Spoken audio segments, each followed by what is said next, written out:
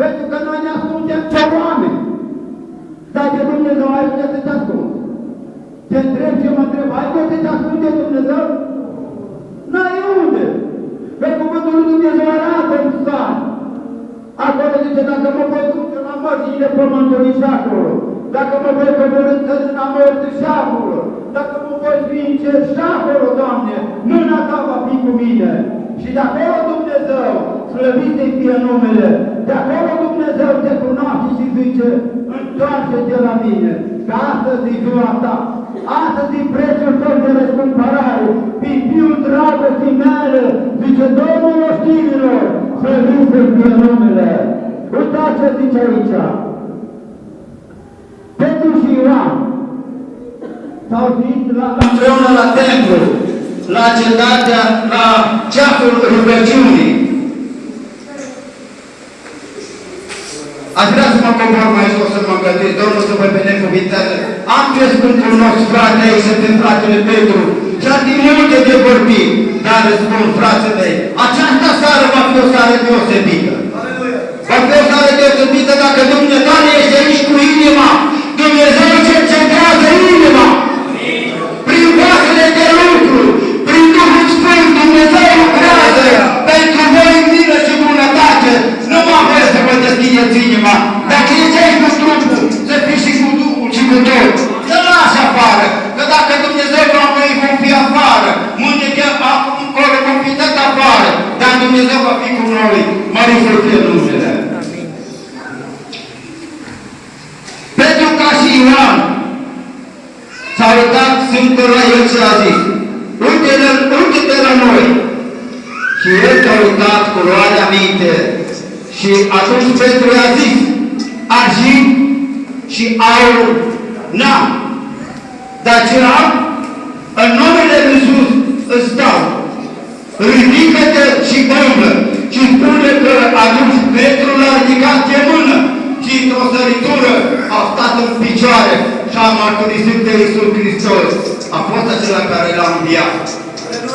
Aș vrea să vă rog în numele Domnului, dacă aveți bolnavi aici am primit un bilet și nici nu vreau să-l citesc, că îl arăt la Iisus. Doamne, împlinește-i dorința acestui bilet, acestui suflet, Doamne. Pune-l acolo și pecetuiește-l Tu cu peceta Ta de da și amin. Dacă este bolnav, Dumnezeu să-mi sănătoșească. Dacă are dorință, Dumnezeu să împlinească dorința, cum au citit fratele la Psalmul 20, să-i dea ce-i dorește inima, slăvit să fie numele Dumnezeu și să-i împlinească juruințele, Dumnezeu să fie cu ea. Aș vrea ca să întreb încă o dată, dacă în locul acesta sunt bolnavi și dorește în mod deosebit să se roage pentru ei, să răspundă cu gura printr-o ridicare de mână. Amin. Spuneți, fraților, ce vă doare?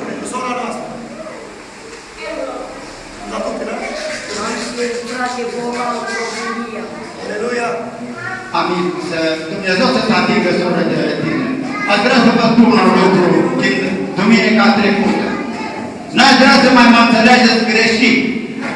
Pentru că cineva din locul ăsta din ar trebui să vă spun. O să-ți vezi că cum te opri Satan. Zic minți. Pe mine nu mă poate opri Satana, că n-are la ce. Satana n-are ce căuta înainte.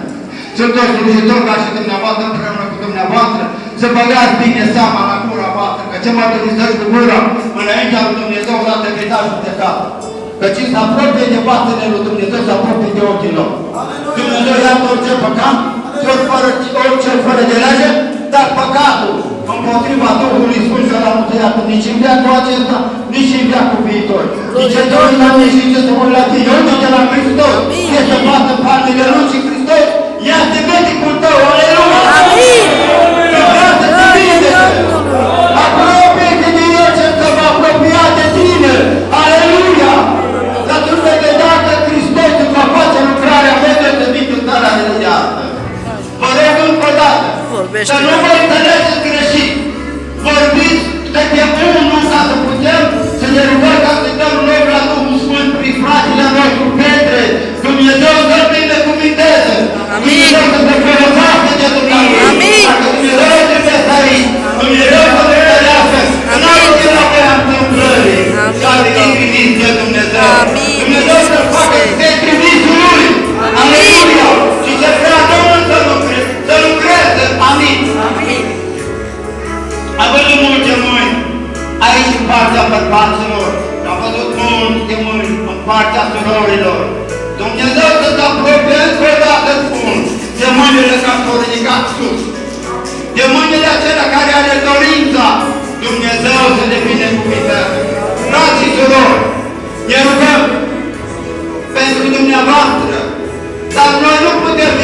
dumneavoastră.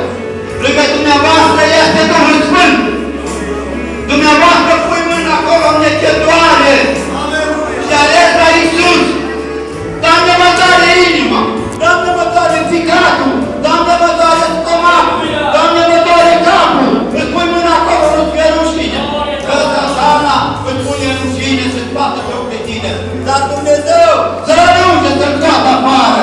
Să lăsă să lucreze. Dacă trăprați, există o judecată. Să te roagă lui Dumnezeu, Doamne, scoate judecata aceasta și lasă judecățile tale în viața mea. Am vrea să începem, să ne rugăm, să se roage și fratele Petru, împreună cu dumneavoastră și cu mine, pentru bolile dumneavoastră ca Hristos. Domnul să se îndure de voi.